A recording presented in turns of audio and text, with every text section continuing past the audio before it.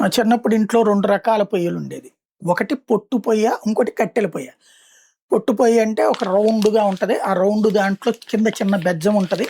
ఈ ద ఒక రోకలి బండ మధ్యలో బెట్టి పొట్టు తీసుకొచ్చి ఈ మిల్లుల దగ్గర చెక్క పని చేసేటటువంటి దగ్గర పొట్టు అమ్ముతారు. ఆ పొట్టుని కిలోల లెక్కన తీసుకొచ్చి అందులో పోసి ఈ మధ్యలో రోకలి బండ బెట్టి ఆ పొట్టుని దాని చుట్టూ కూర్చేవాళ్ళం అనమాట. గట్టిగా బలంగా కూరిస్తే ఎక్కువ సేపు పనిచేస్తది పొట్టు పొయ్య. ఆ తర్వాతన ఒక కట్టె పేడిని ఎలిగిచ్చి ఆ కింద బెజ్జం ఉంటది. ఆ బెజ్జంలోకి పెడితే ఆ పొట్టుపొయ్య దాదాపుగా 4, 5 గంటల పాటు పనిచేస్తుంది. కూరలు, నీళ్లు పెట్టుకోవడము, లేకపోతే భోజనం అన్నం వండుకోవడం ఇదంతా. మనకి అయిపోయాక నీళ్లు పోసి ఆర్పేసేవాళ్ళు. మళ్ళీ ఆ ఎండ అట్లాగే ఉంచితే రెండో రోజు ఇదే ఆ పొట్టుని తీసేసి ఎండలో పెట్టి మళ్ళీ రెండోది కూర్చోవాళ్ళం రెండో రోజు పొద్దునకి. అట్లాగా నడిచాయి. ఆ రోజుల్లో పొద్దున్నే అన్నం వండేస్తే అన్నం, కూర రాత్రి దాకా అయ్యే తినేటటువంటోళ్ళం.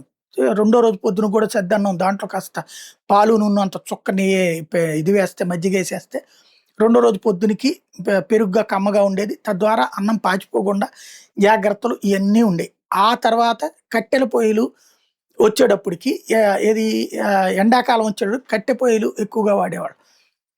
అప్పటికి కాస్త ఇంట్లో ఈ చెట్లయన్నీ అద్దెలుకున్న ఇళ్లలోనే ఆ కొబ్బరి చెట్లని అయ్యని ఇయ్యని ఉండేయి. వాటిట్లల్లో మిగిలినటువంటి కట్టెలు. ఇంటి బయట ఒక 4 రాళ్ళు, ఇటుక రాళ్ళుంటాయి గదా! వాటిని చుట్టూతా పేర్చి, ఆ 3 ఇట్లా రౌండ్‌గా పేర్చి, ఆ పైన ఇవి మనం పెట్టుకునేది. అందులో ఇయి తీసుకొచ్చేసి పెట్టడం. మొదట్లో వేడినీళ్ళు, ఆ తర్వాతన వంటలయి గూడా అందులోనే వండుకునేవాళ్ళం.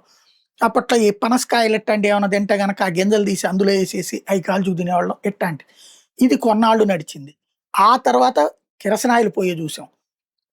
బొగ్గుల పొయ్యి జూసాం. బొగ్గుల పొయ్యి వచ్చేటప్పటికి మేము వాడలేదు గానీ, బొగ్గుల పొయ్యని మా బంధువుల్లో వాడినటువంటి వాళ్ళని చాలా మందిని జూసాం. ఎందుకంటే బొగ్గుల పొయ్యికొచ్చేటప్పటికి మళ్ళీ మా బొగ్గుల పొయ్యి కంటే మాకు పొట్టు పొయ్యి ఎక్కువ అలవాటుండేది. కొంతమంది ఇళ్లలో బొగ్గుల పొయ్యి జూసేవాళ్ళం. అట్లాగా నడిచినియి ఆ రోజులు. కిరసనాయిల్ స్టవ్ అనేటటువంటిది నా 10థ్ క్లాస్ ఆ రేంజ్‌కొచ్చినప్పుడు కిరసనాయిల్ పొయ్యలు కాస్త బిగినయినియి. కిరసనాయిల్ మళ్ళీ క్యూ లైన్‌లో నుంచుని తెచ్చుకునేవాళ్ళం. అది లేని రోజున మళ్ళీ ఈ పొట్టు పొయ్యి వాడేవాళ్ళం. అలాంటి స్టేజి తర్వాతన గ్యాస్ పొయ్యలొచ్చినియి. ఎప్పుడు నా ఇంటర్మీడియేట్ డిగ్రీ టైమ్‌లో గ్యాస్ పొయ్యలు వాడటం బిగినయ్యాం. అది గూడా ఏంటి కనెక్షన్ ఉండేది గాదు. గ్యాస్ పొయ్యి కొనుక్కొని కనెక్షను ఇదే బ్లాక్‌లో కొనుక్కోవాలి. కనెక్షన్‌గా నాకొచ్చి ఎప్పుడో నేను సిటీ కేబుల్‌లోకొచ్చిన రోజుల్లో కనెక్షనొచ్చింది. సొంత కనెక్షన్. అప్పటిదాకా బ్లాక్‌లో కొనుక్కోవాల్సిన పరిస్థితిలో ఉండేవి. ఎవరి దగ్గరన్నా గ్యాస్ ఉంటే వాళ్ళ దగ్గరికెళ్లి కొనుక్కునేటటువంటి పరిస్థితులుండేయనమాట.